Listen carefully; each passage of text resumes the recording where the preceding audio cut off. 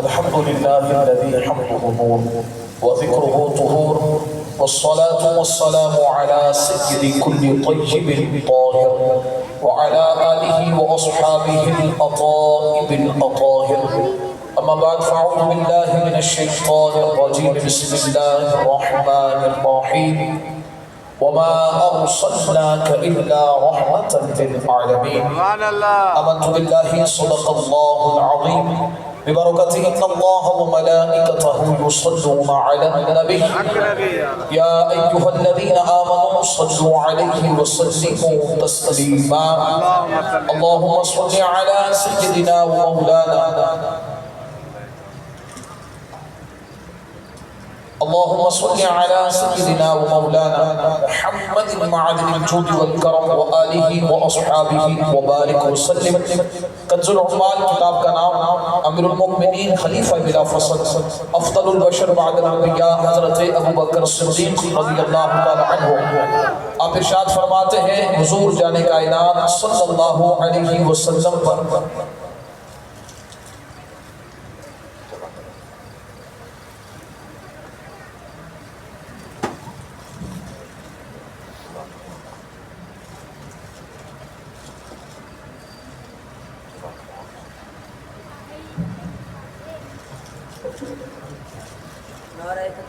اللہ اکبر اللہ اکبر یا رسول اللہ یا رسول اللہ یا رسول اللہ یا رسول اللہ زندہ باد زندہ باد زندہ باد. روایت پھر سنیں.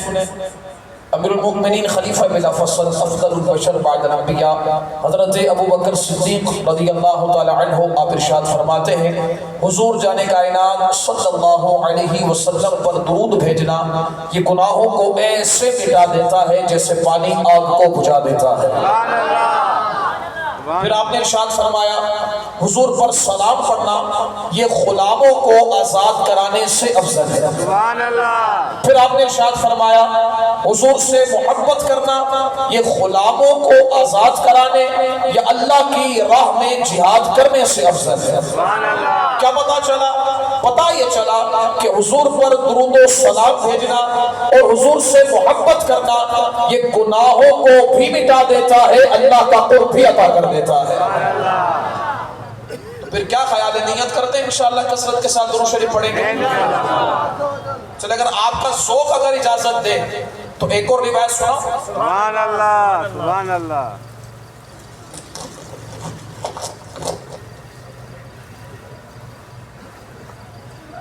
میں نے معلوم کیا اگر آپ کا ذوق اجازت دے تو ایک اور روایت سناؤں. پھر ایک کام کرنا پڑے گا آپ کو جلدی جلدی آگے آنا پڑے گا. اب جلدی جلدی آگے آئے درود پاک پڑھتے ہوئے آگے آئے. اللہم صلی علی سیدنا و مولانا محمد معدن الجود والکرم وآلہ واصحابہ وبارک وسلم. سبحان اللہ سبحان اللہ. توجہ ہے آپ سب کی. اب روایت سنیں. روایت میں آتا ہے میدان محشر حضور فرماتے ہیں کہ حضرت آدم علیہ نبی جناب علیہ السلام اپنے عمدہ تخت پر عمدہ لباس کے ساتھ جلوہ گر ہوں گے. آپ سب توجہ یہاں پر رکھیں. حضرت آدم علیہ نبی جناب علیہ السلام عمدہ لباس کے ساتھ عمدہ تخت پر جلوہ گر ہوں گے. اب معاملہ کیا ہوگا کہ آپ اپنے تخت پر جلوہ گر ہو کر اپنے اولاد کے نامہ اعمال کو دیکھ رہے ہوں گے. اب میزان پر نامہ اعمال تولے جا رہے ہیں. ایک ایک کر کے نامہ اعمال تولا جا رہا ہے. اتنے میں ایک شخص پر نظر پڑتی ہے کہ اس کا نامہ اعمال تولا گیا. نیکی کا پلڑا ہلکا ہو گیا, گناہ کا پلڑا بھاری ہو گیا. اس کے لیے حکم ہو گیا کہ اسے اٹھایا جائے اور جہنم میں داخل کر دیا جائے. اب فرشتے اسے جہنم کی طرف لے کر جا رہے تھے. توجہ رکھیے گا. فرشتے اسے جہنم کی طرف لے کر جا رہے تھے کہ یکدم اس کا معلوم ہوا کہ اس کا تعلق مصطفیٰ کریم کی امت سے ہے. اب ہو حضور کا امتی جہنم میں جائے اور حضور گوارا کریں یہ کیسے ہو سکتا ہے؟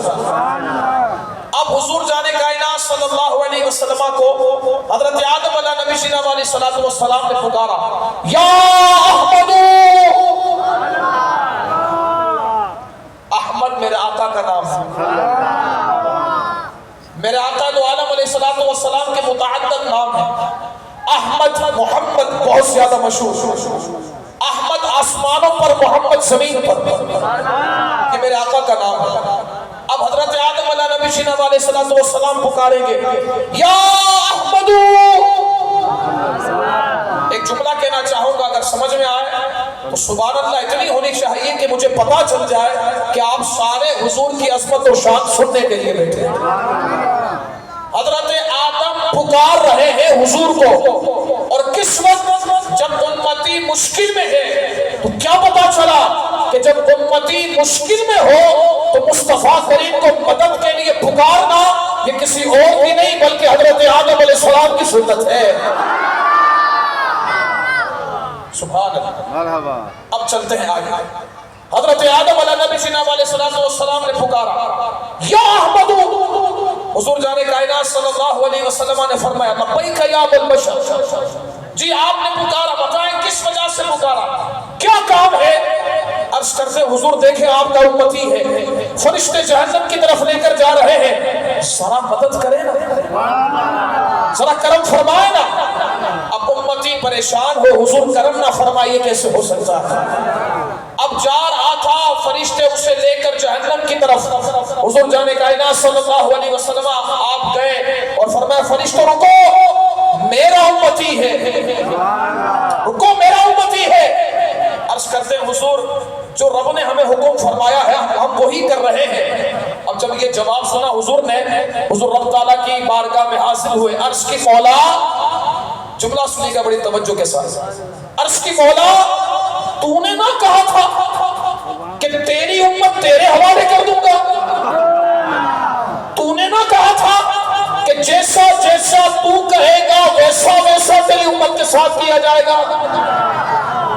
اب جب حضور نے اللہ کی بارگاہ میں عرض کی نا تو رب تعالیٰ فرمائے گا فرشتوں رک جاؤ، جیسا جیسا میرا محبوب کہتا ہے ایسا ایسا کرتے جاؤ. اب حضور جانے کائنات صلی اللہ علیہ وسلم فرمائیں گے فرشتوں پھر میزان کی طرف آؤ، پھر نامہ اعمال تولا جائے گا.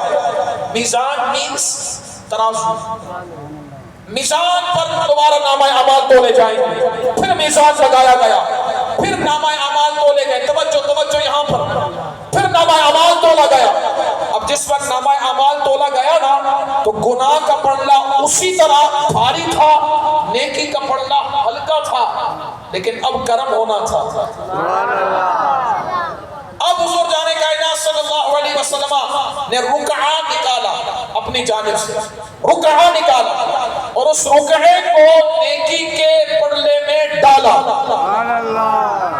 اب جیسے حضور نے ڈالا اب معاملہ ہو گیا الگ، نیکی کا پلڑا بھاری، گناہ کا پلڑا ہلکا. اب حکم ہوا اس کے لیے کہ فرشتوں چونکہ نیکیاں زیادہ ہو گئی ہے، کرم محبوب کا ہو گیا ہے، اب اسے جہنم کی طرف نہیں جنت کی طرف لے کر جاؤ. اب وہ جنت کی طرف خوش خوش ہو کر جا رہا تھا، جھوم جھوم کر جا رہا تھا. اتنے میں اس سے یاد آیا کرم کرنے والے کون تھے، کیونکہ اسے ابھی پتا نہیں تھا کرم کس نے کیا. اسے بھی پتا نہیں تھا کہ مشکل کے وقت اسے نکال کر جہنم سے جنت کی طرف لے کر کون جا رہا ہے، اسے پتا نہیں تھا. اب وہ بندہ حضور کی بارگاہ میں آ کر عرض کرتا ہے حضور اس میدان معاشر جہاں ماں نے ساتھ چھوڑا، بھائی نے ساتھ چھوڑا، باپ نے ساتھ چھوڑا، بیوی بچے سب ساتھ چھوڑ کر چلے گئے، ایک گوری رنگت والے بتائیں نا آپ کون ہیں، بتائیں نا آپ کون ہیں؟ حضور جانے کائنات صلی اللہ علیہ وسلم فرماتے ہیں میں وہی محمد ہوں جس کا کلمہ تو پڑھا کرتا تھا. اب جب اس نے دیکھا نا کہ حضور جانے کائنات صلی اللہ علیہ وسلم، حضور جانے کائنات صلی اللہ علیہ وسلم نے کرم فرمایا ہے کہ ذات مصطفیٰ کریم علیہ السلام کی ہے، تو اب وہ قدموں کو پکڑ کر کہتا ہے حضور یہ بتائیں نا اس رکعے میں کیا لکھا تھا، اس رکعے میں کیا لکھا تھا.